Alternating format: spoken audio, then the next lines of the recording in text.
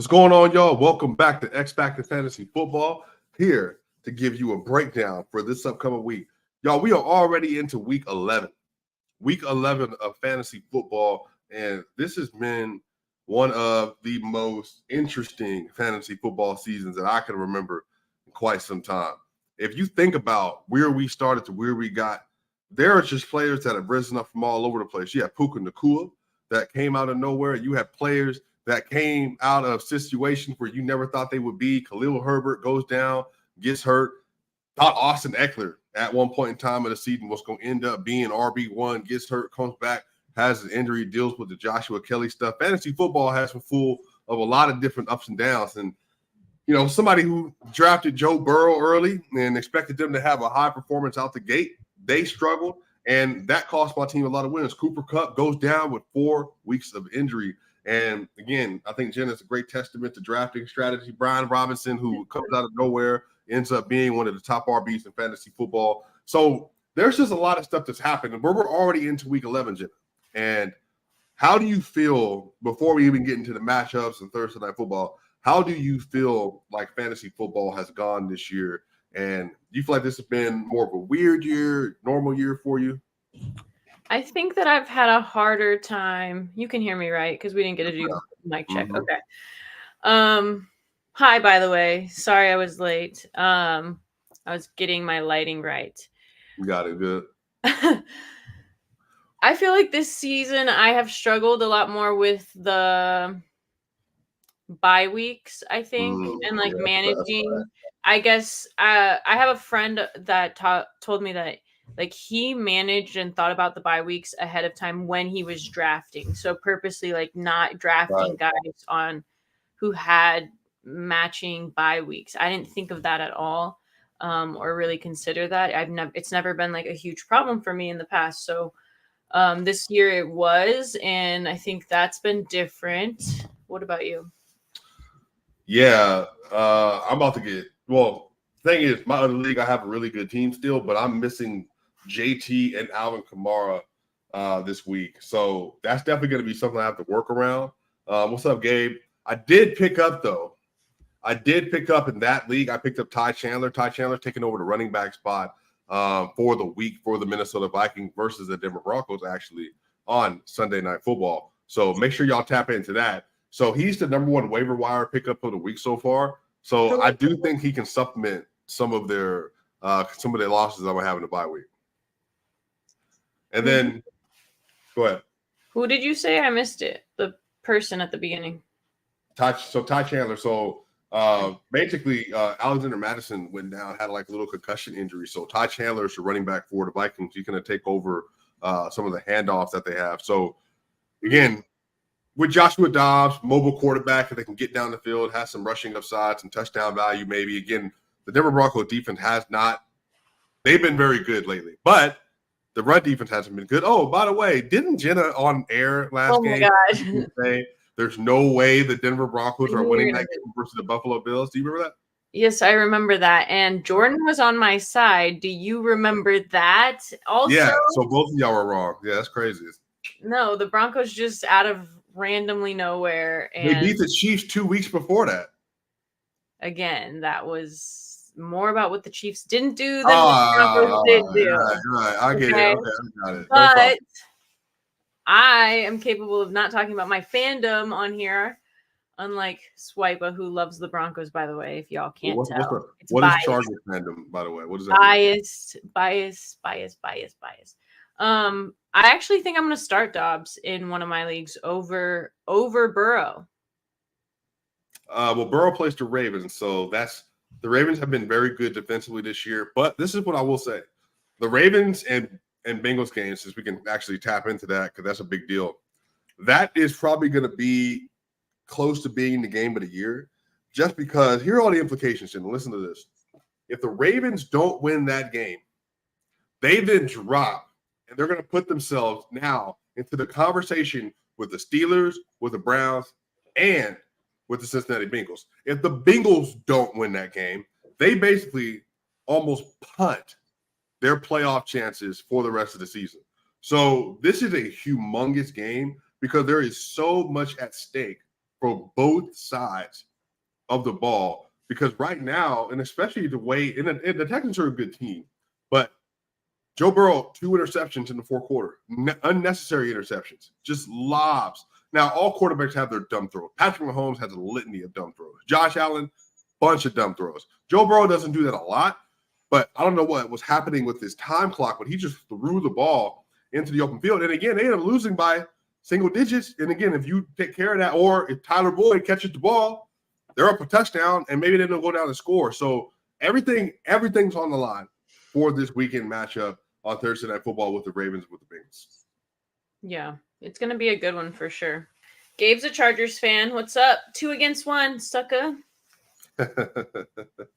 All right, so we have a lot of great matchups upcoming this week. You got Cowboys, Panthers, Steelers, Browns, Chargers, Packers, Lions, Bears, with Justin Fields apparently on the way back this week. You have the Texans, Cardinals, Jaguars, Titans, Dolphins, Raiders, Commanders, Giants, 49ers, Bucks, Bills, Jets, Rams, Seahawks. Matthew Stafford is coming back. And then you have the Chiefs versus the Eagles on Monday Night Football, and the Broncos versus the Vikings on Sunday Night Football. Are there any matchups that you're looking at in particular upcoming this weekend? I mean, we talked about Thursday Night Football. I definitely am going to actually be excited to watch one of those. Steelers Browns could be interesting, but because you were talking about, there's this middle tier, and basically very, very few people above the middle tier. You're either high middle or you're low middle. Mm-hmm. You're just mid AF. But Swiper thinks the Broncos are mid AF, but really they're low mid. I mean, they're performing at a pretty high level as of late. So if you look at that division with the Ravens, Steelers, Browns, so the Ravens are 7-3. The Browns, if they win, they didn't take over that spot as number one.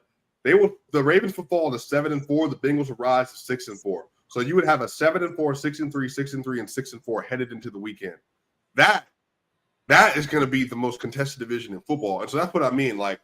Especially with the way the season goes, if you miss an injury, you got a major player miss a game, everything can change for them. So I do like that matchup. I think my second favorite matchup, I'll leave the most obvious one aside, so we can talk about a little bit later.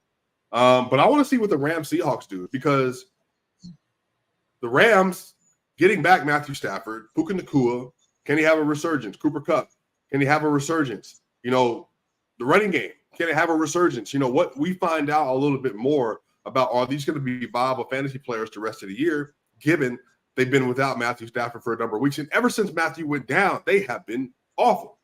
So I think that matchup is going to be really important. The Seahawks are fighting for positioning as well in their division. The Seahawks are currently ranked. They're at 6-3. They're tied with the 49ers. And the 49ers again take on the Bucks. So the Seahawks could be fighting for a position. Tyler Lockett, DK Metcalf, Walker. There are a lot of players on their side of the ball that are also going to be vying for good fantasy games as well. Jordan, do you have a favorite game of the weekend? It would probably be favorite from a fantasy perspective, or just I'm assuming. Yeah. I think that 49ers Bucks matchup could be a good one. 49ers obviously are the 49ers. But their pass defense, they can give up on a given Sunday, can give up some pass yards. You got two dynamic pass catchers there. Buccaneers have shown at times to be able to air it out a bit. Mike Evans is obviously always a deep threat. They don't have the best secondary in San Francisco, so I could see that one being a good one. Especially if it's played, or regardless of where it's played, actually. If it's in Tampa though, it's in Santa Clara, so not in Tampa, but still, that's one I would have my eye on. That one, and I'm venturing on saying anything having to do with the Texans. Really? Yeah, I just Kyler's back. He looked good. The Texans have we know what CJ's been doing. So I'm trying to think of games that the obvious ones are the obvious ones, but I'm trying to think of games where we get like one of those Bucks Bears games. One of those games that you look at the slate and you're thinking, oh, take the under in total points, and then you look up and each team has 30 points going into the fourth quarter. So I think those are two matchups that I have my eye on in that regard. Lots of offense, but how about Eagles Chiefs? Nobody thinks Mhm. that's going to be a good battle. Yeah, that's the obvious. That's why I didn't even name it. Okay. That's gonna be that could be a Super Bowl preview. I definitely want to see AJ Brown come out, and there's actually been a few guys that we've named that could be number one wide receivers. AJ Brown being one of those guys, and he just sometimes has a great night and sometimes he doesn't. Mhm. Yeah.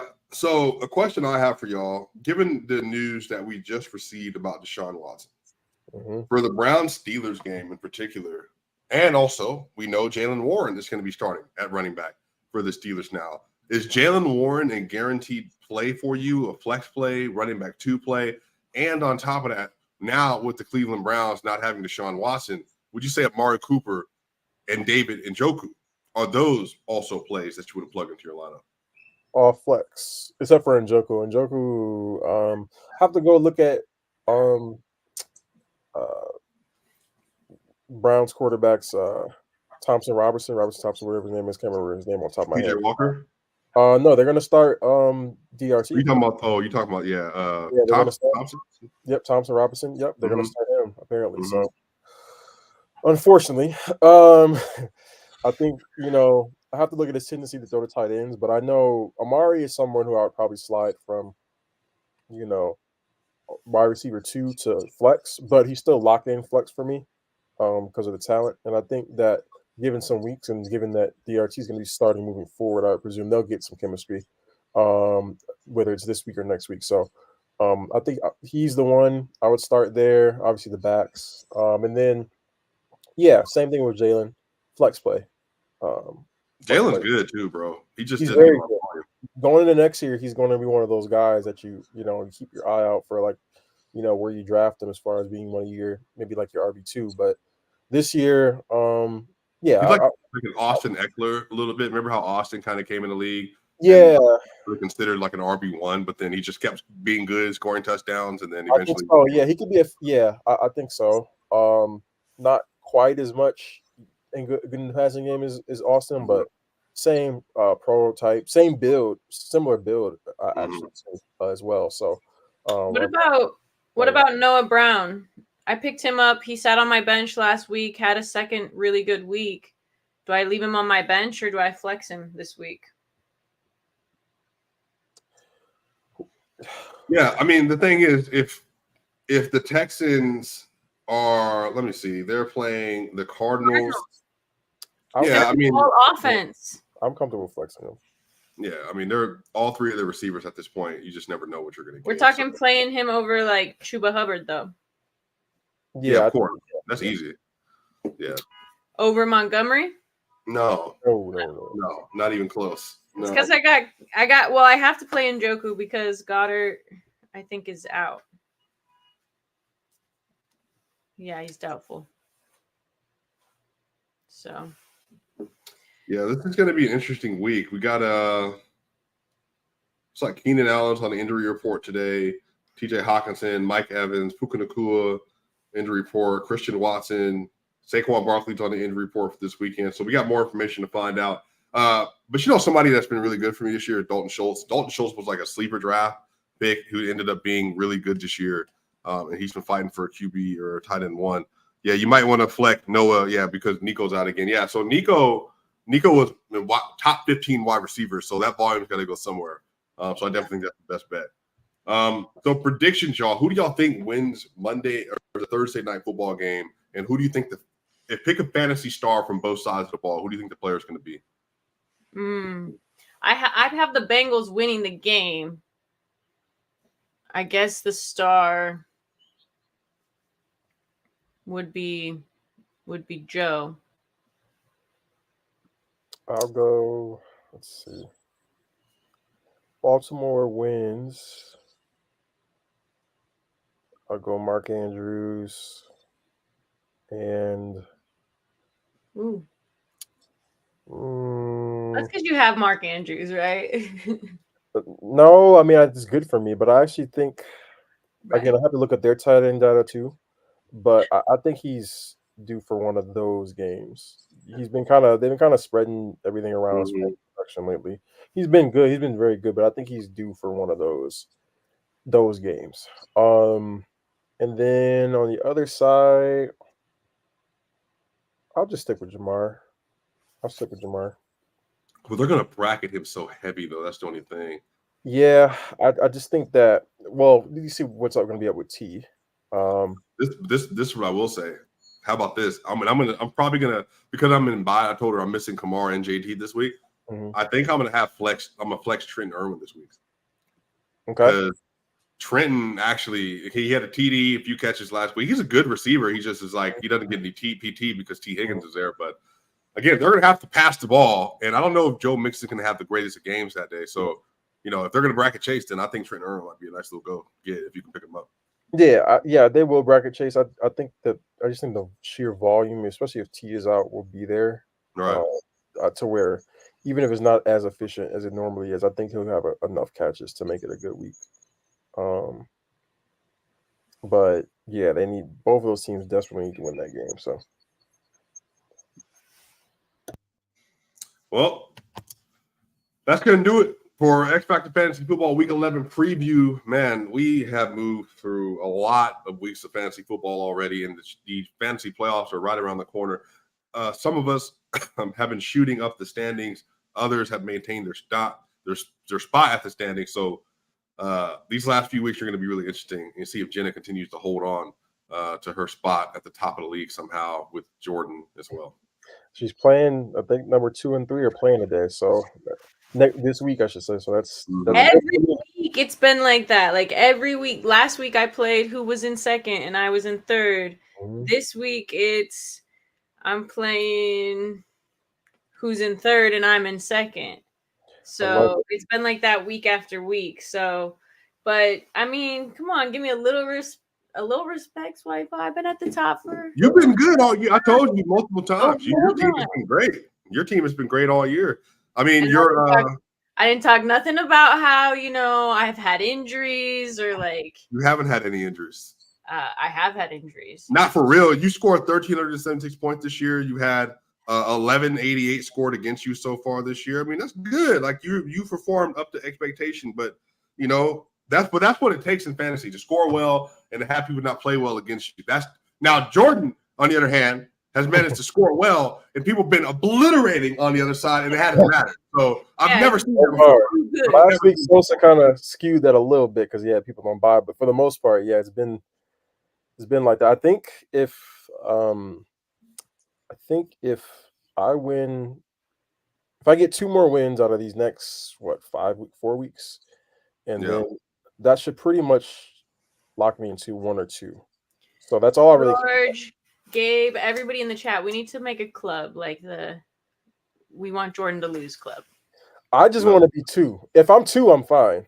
I can be 1 or 2. I'm 2, so I can be 1. Anybody can have the 1 spot. I just want 1 or 2. That way I can have a bye to the semifinals. That's I'm 2 and I want to be 2, so you can be 3 if you want, or you can be 1, but I still It don't matter. It don't matter where you land as long as you win. That's all that matters in fantasy. Yeah. So, by the way, somebody got a question. If I drop my roster, can you help me make a move before the trade deadline? I'm 5-5 on the verge of falling out of the playoff bracket.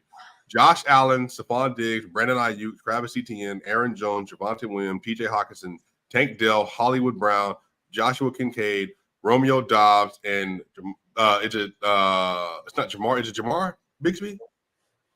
I can't remember. Tank Bisbee. Yeah. Look at that, bro. Look how much football we watch. All these people. All right. So I tell you who I'm keeping: Josh and Diggs for sure. ETN for sure.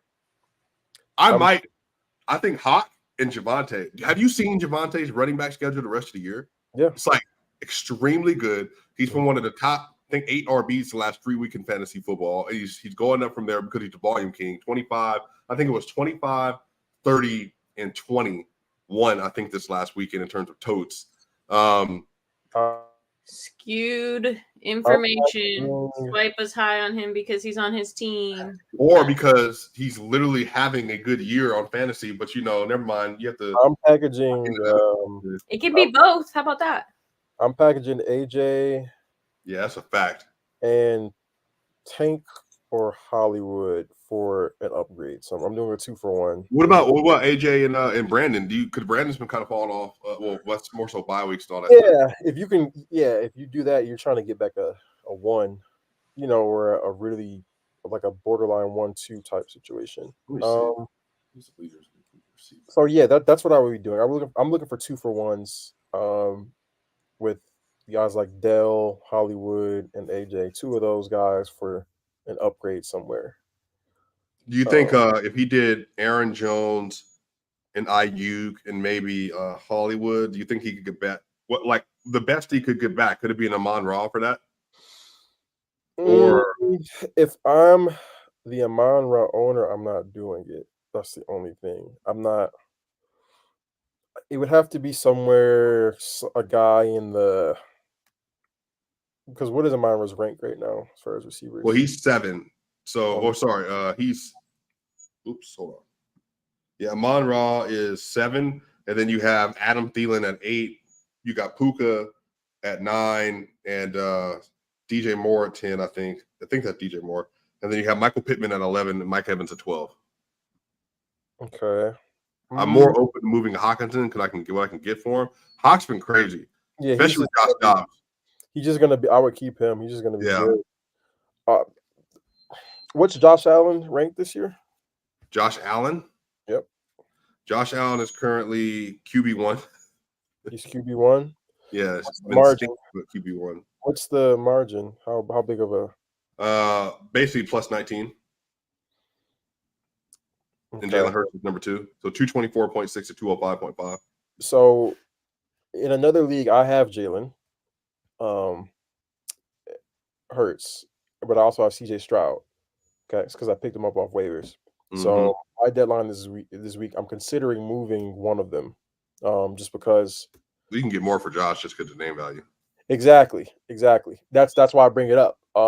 If you can get another top 8 to 10 type quarterback, depending on the split, I would investigate what you potentially could get for Josh. Not saying you just trade him to trade him, but I'm always. Somebody said they got I can do Ayuk for Thielen straight up now. Somebody offered me that. Well, see, the problem about Thielen, they're not going to be in the playoff hunt unless they.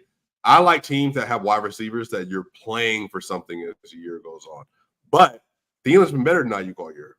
Like he just has. He's been really good. But that's what he's been the volume king though. I don't think I've ever done. I think I've done one straight up trade ever before. I rarely do straight up trades. Yeah, me too. I traded Derrick Henry last year for Cooper Kupp, and Cooper Kupp got hurt immediately after. So yeah, straight up trades are interesting because it's like, well, why are you trading me this guy? Sometimes you do it for positional value. Yeah. I just haven't. I guess I just haven't really ever been in like specific situations where it made sense. But yeah, that's definitely a reason why you would do it. But positional, like this one right here, though, is receiver for receiver. I guess if one guy just happens to be higher than the other guy, and vice versa, sure. But like if it's the same position, it's like, well, why am I trading you this guy at the same position? Someone must be clearly. I must think someone's clearly better if I'm willing to trade with someone at the same exact position.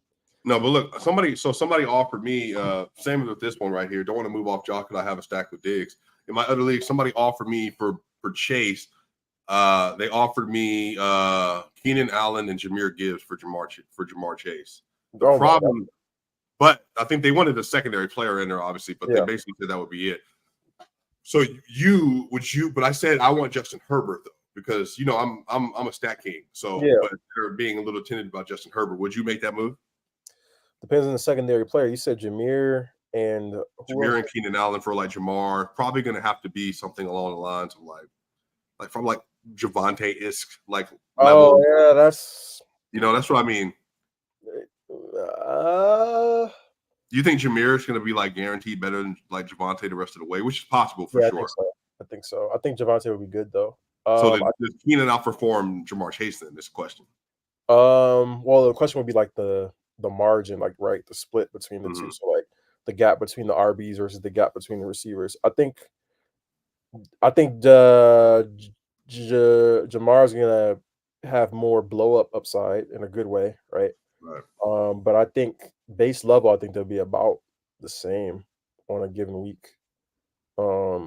Average point per game basis, especially with the injuries they have in with the Chargers. Keenan's just gonna be eating up targets, eating up catches. Just gonna be a matter of if he scores touchdowns. But I think he has a really high floor from week to week. So if it were something slightly less than Javonte, it would be easy.